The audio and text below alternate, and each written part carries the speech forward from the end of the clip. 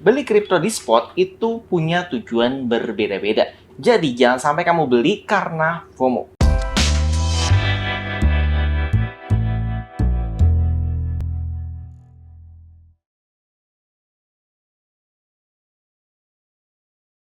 Assalamualaikum Sobat VCV. Oke, jadi kita akan belajar materi tentang trading spot. Dalam trading spot itu kita membeli koin untuk memilikinya. Jadi otomatis masuk ke wallet kalian. Kalau kamu belinya di exchange, itu akan masuk ke wallet exchange. Setelah itu bisa kamu pindahkan juga. Misalnya ke hardware wallet atau cold wallet. Bisa juga ke MetaMask atau wallet lainnya. Namun, motivasi untuk membeli koin kripto itu berbeda-beda. Jadi pastikan di sini kamu nggak beli koin kripto karena kamu FOMO.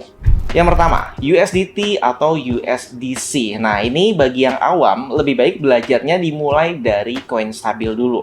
Setidaknya menggunakan koin stabil ini, kamu bisa melindungi nilai rupiah yang terus melemah. Jadi kalau kalian lihat dari tahun ke tahun grafiknya, itu nilai rupiah melemah terus ya, sampai kemarin ATH di 17.000 sekian. Tapi kalau selama ini kamu misalnya menabung di kripto dalam bentuk aset USDT atau USDC, jadi bagi kamu yang selama ini sudah menerapkan hal ini, maka di saat rupiah naik, kamu pasti senyum-senyum ya, karena nilai uang kamu justru naik kalau kalian jual ke rupiah. Dan sebagai trader biasanya menyimpan dana di USDT itu sebagai peluru. Jadi di saat market crash, market turun jauh gitu ya, diskon, trader bisa masuk untuk mencicil dari harga murah. Oke, yang kedua, kalau biasanya kamu menabungnya di gold ya, baik secara fisik atau mungkin secara digital, di kripto juga ada yang namanya PAXG, di mana nilainya itu dipatok 1:1 dengan nilai emas fisik. Sehingga ini bisa menjadi alternatif kalau kamu biasanya beli emas dikumpulin, itu kan tetap ada resikonya ya.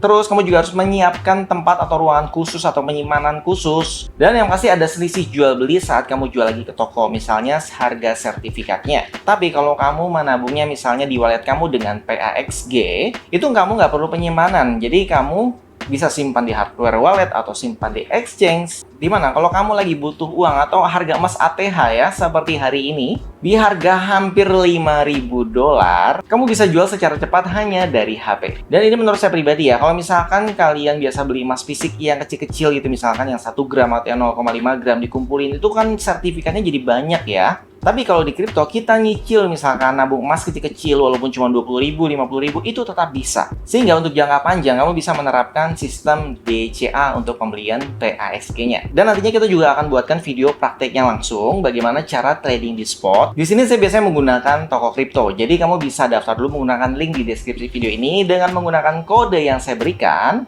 kamu bisa dapat diskon 20% untuk setiap transaksi kripto. Dan tenang aja, untuk exchange toko kripto ini, itu sudah terdaftar di OJK. Selain itu, kamu juga bisa melakukan staking yang pernah kita bahas di video sebelumnya. Jadi, kamu nabung, terus dapat rewardnya juga. Kemudian, yang ketiga ada Bitcoin, di mana Bitcoin ini dianggap seperti emas digital. Sehingga membeli Bitcoin di spot sering disamakan dengan membeli tanah atau emas batangan. Karena Bitcoin memiliki kelangkaan yang pasti. Dari supply Bitcoin hanya ada 21 juta koin untuk selamanya. Kemudian sifatnya yang deflasi dalam jangka panjang karena tidak bisa dicetak sembarangan. Dan ada juga yang menjadikan Bitcoin ini sebagai aset pensiun. Banyak orang membeli BTC di pasar spot bukan untuk dijual cepat, tapi untuk ditabung rutin dengan DCA selama 5 hingga 10 tahun sebagai aset penjaga kekayaan jangka panjang. Dan yang nomor 4 adalah Ethereum. Ini bisa disebut seperti minyaknya internet. Tujuan Ethereum adalah investasi pada ekosistem dan utilitas. Berbeda dengan Bitcoin yang disimpan, Ethereum dibeli karena kegunaannya menjadi bahan bakar Web3, atau biasa disebut dengan gas fee. Fungsinya untuk menjalankan ribuan aplikasi di atasnya. Jika orang ingin beli NFT, main game blockchain, atau transaksi di DeFi, mereka wajib punya ETH untuk membayar gas fee-nya. Kemudian bisa dianalogikan sebagai saham teknologi. Dengan membeli ETH, ini mirip seperti investasi pada Google atau Apple. Namun ini di dunia blockchain. Selama developer terus membangun aplikasi di jaringan Ethereum, permintaan koin ETH itu akan selalu ada.